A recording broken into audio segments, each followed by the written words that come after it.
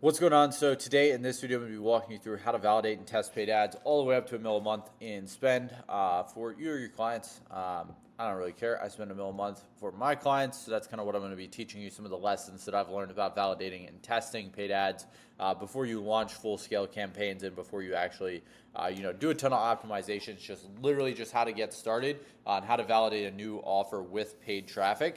A lot of people will try to validate through like outbound or story sequences or especially when I used to be in the influencer game, and I'll talk about this in a second with just like a little bit of my background before we get into things. A lot of people in the influencer space like to have this notion that, oh, I should just like only do organic and paid traffic is bad. And that is absolutely the most dumb mindset to have ever.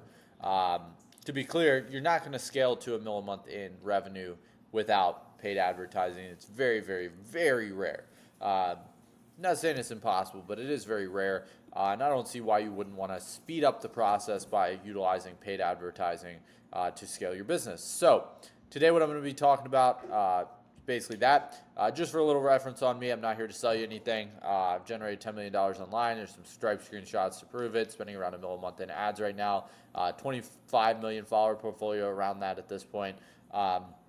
Helped hundreds of clients across hundreds of different industries. I'm anti-niche, and I might make a video about that tomorrow. But we don't niche down. We go broad because we're able to get a lot more data. And so now that I have data on all these different companies, I can talk more broad business about what's actually worked and what's not worked as far as running paid traffic, scaling and everything like that. And that's kind of why I created this channel. Like I said, I don't have a course to sell you. I'm not selling you some sort of program or anything like that. Just here to build a community of cool people, gain some reciprocity with the world and attract top talent, right? So to be clear, all that I ask is that you just give me feedback. If you absolutely, hate the video, just leave a dislike. Just leave some hate in the comments and, suggestions. And if you find the video valuable in any way, pay the fee.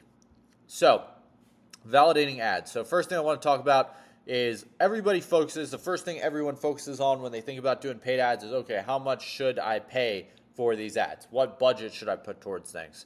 And everybody likes this daily budget because that's what Facebook allows you to have. You set a daily budget in Facebook, but that is dumb.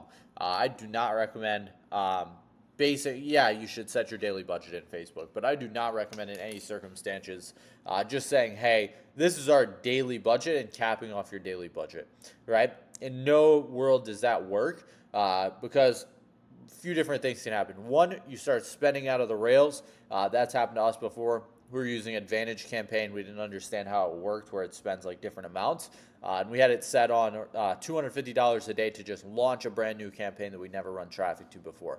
We launched that campaign at $250 a day, and it actually spent like $437 a day. And we spent a lot of money and got very, very little results. I don't even think we got a close off of those ads. And we ran that for a few weeks. So, to be clear, you obviously don't want to just like go out and waste a ton of money, right? You don't want to go out and set this daily budget of, okay, this arbitrary number of $100 a day because it doesn't really matter. What you'd rather do is what we call a CTB.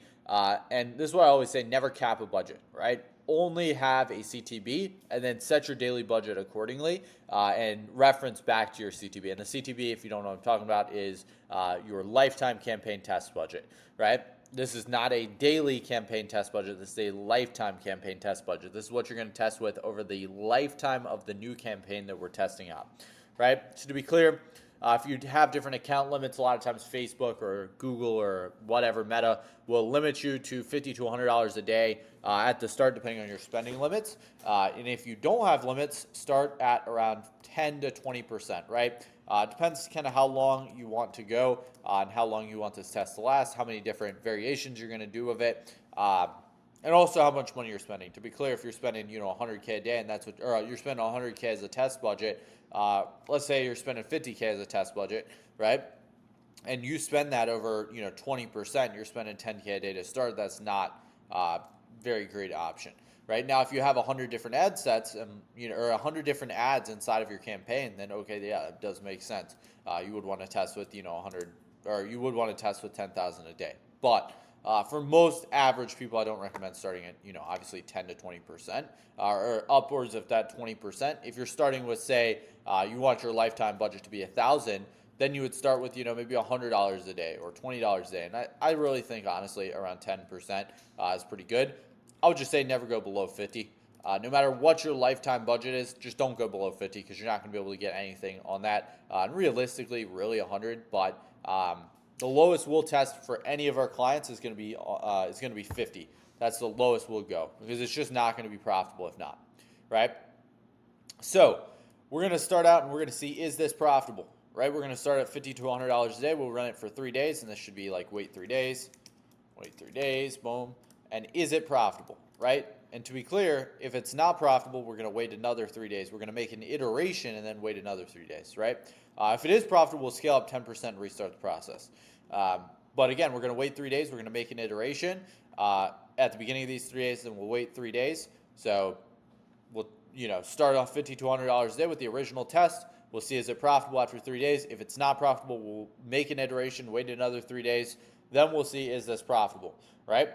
Then we will look at, okay, if this is profitable, then we'll scale up 10%. If it's not profitable, we'll continue to make a variation. We'll make one variation. Super, super important with split tests. A lot of people will over split test. They'll test 100 different things at once. And it's like, okay, you don't actually know which of those things were the contributing factor to you getting better results. And so whenever you're doing a split test, you only want to split test one variable at a time so that you can actually make a determinant factor of which actually works better, right? So if this is profitable, again, we're just going to kind of repeat this cycle of waiting 3 days, seeing if it's profitable. If it's not profitable after 9 days, we're going to turn off and launch a new campaign that is slightly different with either new creatives or, obviously new variations. But we'll kind of turn that campaign off and we'll start a new one so that we can reset the machine learning model. Because a lot of times what can happen is just your targeting is bad, especially on Meta. Your targeting can just be kind of trash at the start. I don't even know what that cursor thing was. It popped up on Lucid. So yeah, that's kind of how we're going to go about this. So yeah, that's how to budget for validation. Now, creatives. How do we split test creatives? How do we do creatives? And how do we validate new creatives, right?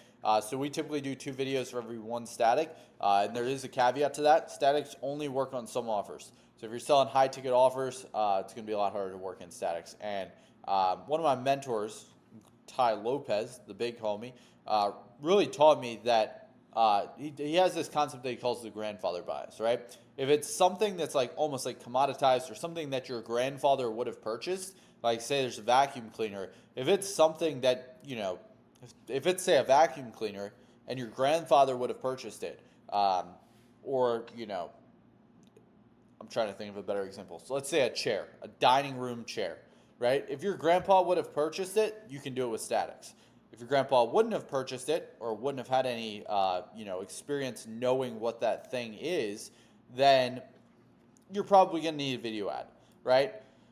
A lot of people will mess this up and try to overcomplicate it. I think there's a very, very good way to explain it at the start. If you're selling this something that's like a high-ticket AI infrastructure thing or high-ticket AI system, high-ticket growth operating or anything like that, or course or info or anything like that, you're going to need video creatives. It's just not going to work very well with statics. And a lot of ad agencies, a lot of people like that will start with statics. I fucking hate statics. I think most statics are trash, especially the ones that majority of ad agencies come out with, they're trash.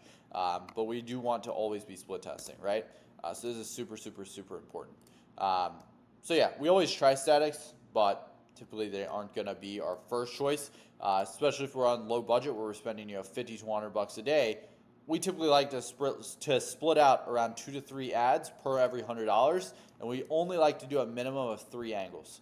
Right? So even if we're spending like $50 a day, we're going to do a minimum of 3 angles, no matter what the budget is. But if we don't have 3 angles, we're going to pick probably 3 videos in most cases, maybe 2 videos, 1 static. It kind of depends. But yeah, so split testing, this part's super important as well. This is obviously something that is very, very crucial to just like kind of know how to do. Again, like I said up here, you never want to split test more than 1 thing at a time. It should be pretty obvious, but a lot of people still mess it up. But the things that we split test, there's 3 main things, are hooks, bodies, and angles, right? So we have multiple hooks, multiple bodies, multiple angles. Typically, we're going to be focused on, if we're first launching ads, first trying to validate a new offer, we're going to take the angle, throw it in the body, right? So the angle is like where you're actually coming at it from. So, for example, one of the angles on a recent ad that we ran are like prospects in your local location, this to a local business market. Prospects in your location are actively looking for your services, but are you popping up first? And that's the angle we take. And so what we did was we split tested 2 hooks and 2 bodies for that angle. Then we split tested 2 bodies and 2 hooks for another angle talking about their competitors, right? And so that's kind of how we split test. These hooks and bodies are grouped grouped into angles. So that's kind of how we split test all that stuff, right? Now, third thing, and this one is something that I talked in depth about yesterday on the scaling video, is doing the math, knowing what your math actually is and knowing your numbers and knowing what your KPIs are. So we always track good, great, and intolerable metrics in everything that we do. So we have like different metrics for each of these, basically metrics that we're tracking, right? And so we can actually see where the bottleneck is. A lot of people's problem with validating offers is they're not actually looking at the true bottleneck. They just blame the creatives, or they blame the opt-in page, or they blame something that it's not. And a lot of times if you're working with multiple people to build these ads, you'll realize the blame never gets put on, there's no self-accountability. A lot of times when you're working with especially ad agencies, they're going to say, oh, it's not the creative, it's the funnel, or something like that, where they don't have control over it. So that's typically what, at least in my experience, I've found to really, really fuck up the whole system, right? So to be clear, these are the 3 main things that we do to validate new paid advertising. It's a pretty simple system, but if you want this whole system, I'll leave it in the description. Like I said, I'm not selling a course, completely free. All you gotta do is enter your name, phone, and email. I'll throw you on my email list, give you some sauce every day. And in addition, you'll get access to all of these, probably around 20 different things. Or you can also just text me. Again, my main goal with this is just to build a community of cool people that are building cool things. So this is my personal cell. So anything that you want, just shoot me a text. Don't shoot me the text like hello. Don't call me. Just text me. Be like a normal human, please. The call, it'll go through, but I won't answer it because I'm not answering the phone because I'm not a dweeb. But you can call me, or you can text me, sorry. But just text me where you came from. Text me the word validating, or validating ads, or something like that, just so I know which video you came from. Text me a little bit about yourself instead of just texting something like hey. But yeah, that is how to validate paid ads all the way to $1 million a month.